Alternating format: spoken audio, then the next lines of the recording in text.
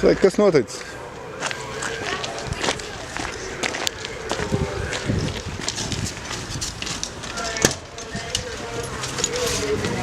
Sveiki, kas noticis? Nu, nezinu.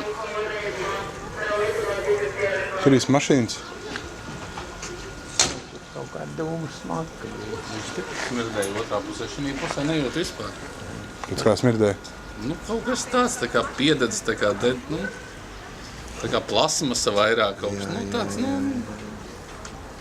Toreiz ar gāzi arī bija otrā pusē. Tā arī taisnās.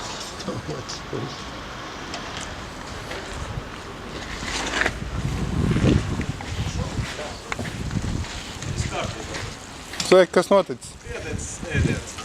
Un trīs mašīnas. Tā prasa mūsu nolikums. Dzīvoklis 17 var iet. Kaut kur vēl.